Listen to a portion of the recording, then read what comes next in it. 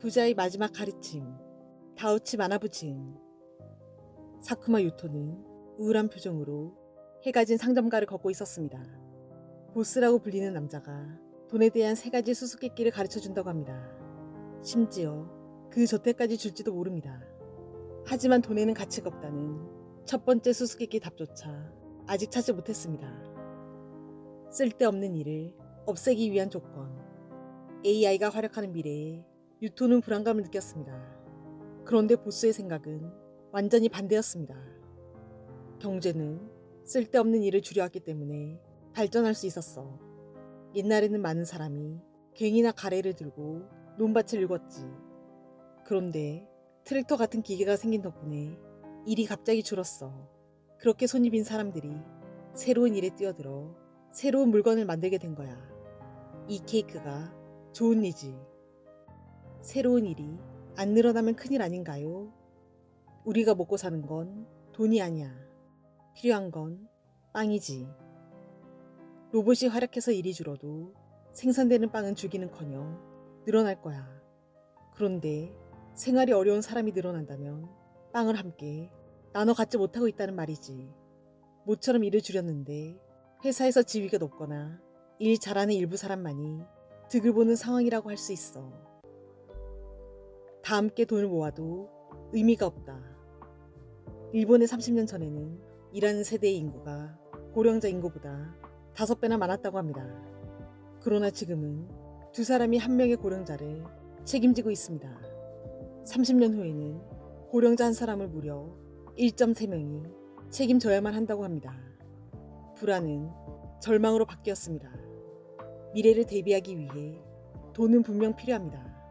그러기 위해 모두가 땀을 뻘뻘 흘리며 열심히 일하고 있습니다. 그리고 조금이라도 돈을 불리기 위해 책을 읽고 배우는 사람들도 있습니다. 이러한 현실을 마주하자 보스의 말이 너무 무책임하게 느껴졌습니다.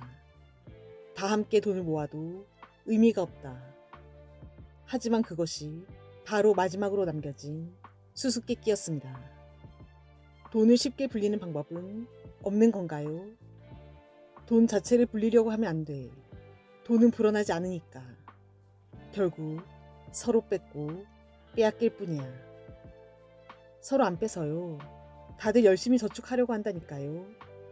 애초에 다 같이 돈을 저축하려고 해도 의미가 없어. 다 같이 가라앉을 뿐이지. 의미가 없다는 무슨 말인가요?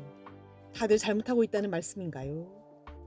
다들 믿고 있으니까 옳다는 건 전혀 이유가 되지 못해. 설이 되면 상점가는 모두 문을 닫지.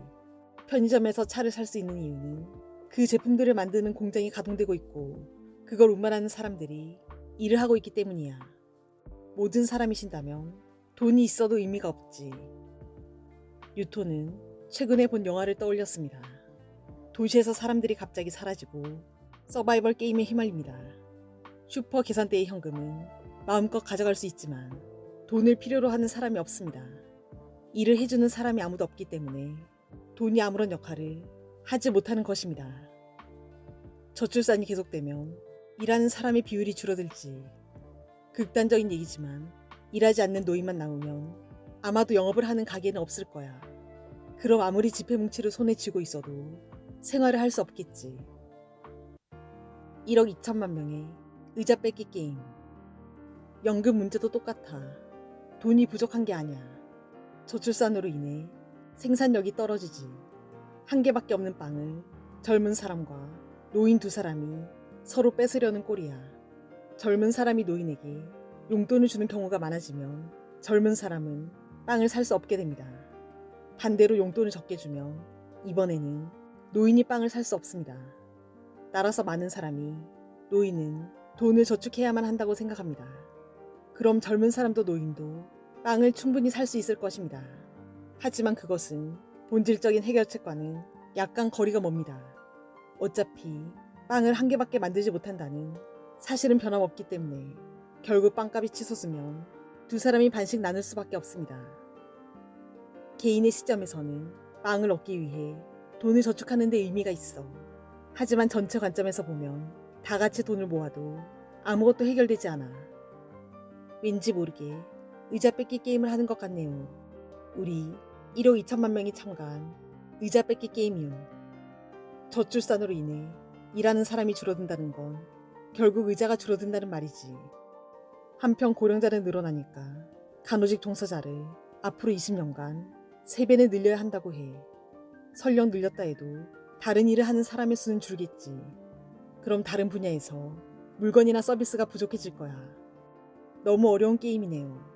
돈을 많이 모아도 물건이 부족하면 가격이 오르겠죠. 의자 살 돈을 모을 게 아니라 당장 의자를 만드는 편이 낫겠어요. 바로 그거야. 우리는 미래를 위해 의자를 만들어야만 해. 아무리 돈을 모아봤자 연금 문제는 해결할 수 없어.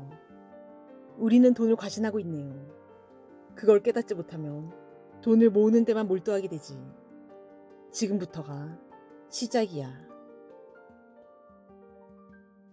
아마존 재팬 종합 베스트셀러 1위, 출간 90일 만에 15만 부 판매를 돌파한 제 부자의 마지막 가르침에서는 3가지 수수께끼로 현대 사회 노후 문제와 연금, 저출생, 국가부채, 부동산과 주식 과열 문제에 대한 해결책과 새로운 관점을 제시합니다. 더 자세한 내용은 이 책을 읽어보시길 추천드립니다. 구독과 좋아요로 부유한 책방으로 입장하세요. 감사합니다.